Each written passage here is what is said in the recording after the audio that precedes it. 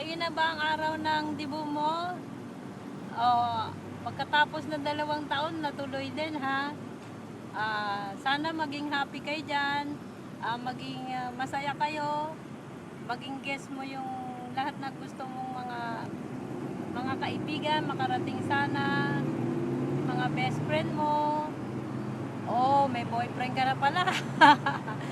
Pati yung mga kapatid ko, sana makarating dyan. Si Ami, si Bong, si Ramon, si Bulong, si Malu, lahat kayo dyan. Si Rene, lahat kayo. Kamusta na kayo kahit hindi tayo nagkakausap?